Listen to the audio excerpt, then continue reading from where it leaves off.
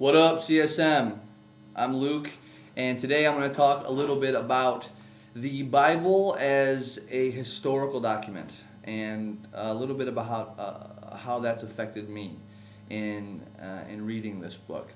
The first time I was introduced to the reality that this book, this Bible, wasn't just some collection of children's stories and irrelevant babble, but was in fact a historically reliable source of stories of how God chose to save the world. And as I started to read this in this light, I realized that it is in fact relevant and is in fact verifiable what happened throughout the course of this story. I read a book called The Case for Christ, in which the author, Lee Strobel, applies to the Bible the same tests that we apply to any written work. And these tests range from how many original copies of the manuscript are there? How many times did somebody copy this work? How accurate are the copies? How close to the original copy are the copies? The length of time between the original event of when it happened and when the copy was made. The closer the event, the period of time to the event is, the more copies there are. The more accurate the copies are.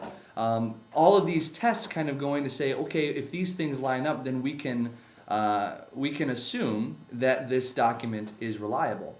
So I want you guys to take a look at this chart and just start to kind of see some of these works that I know a lot of us have read. Maybe some of us haven't read any of them actually. But we accept these things as fact. And then look at how they stack up against the Bible. Check this out. Plato. He did his work in 427 to 347 BC. The first copy of his work was in AD 900. That gives us a time span of 1,200 years, and there were 7 copies of his work done. Aristotle. Aristotle did his work in 384 to 322 BC. First copy of his work was AD 1100, which gives us a time span of 1,400 years. There were 49 copies of his work. Getting closer. Homer. This is the guy that wrote the Iliad. He did his work in 900 BC. First copy, 400 BC. Time span, 500 years. 643 copies of his work.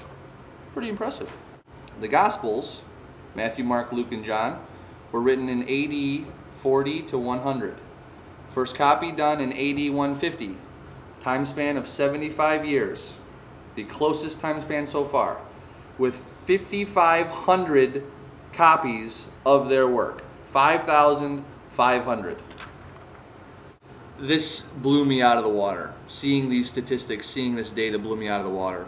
And it piqued in me a curiosity to go investigate for myself. So what I did was I went to the store, the bookstore, and I bought me one of these puppies. Can you see it? Archaeological Study Bible. Archaeological. That's right. They sell these things, and I think technically this does qualify me as a raging nerd. And as I started to read, I realized that this book was full of countries and kingdoms and rulers and revolutions, and it painted a picture just like any other history book I've ever read. But this picture that it painted was the story of God. So, what I want you guys to do now is I want you to go into your pods, and I want you guys to talk about books or stories or things that you know that maybe you've learned in school, whatever it might be. For instance, who in here knows who discovered America? Who discovered America? Go ahead and shout it out. Okay? Why do you believe that? Where did you read that? What I want you guys to do is go into your pods and talk about this stuff. Talk about the stories and the things that you believe, the books that you've read, and the things that you accept as fact. And talk about why you accept those things as fact.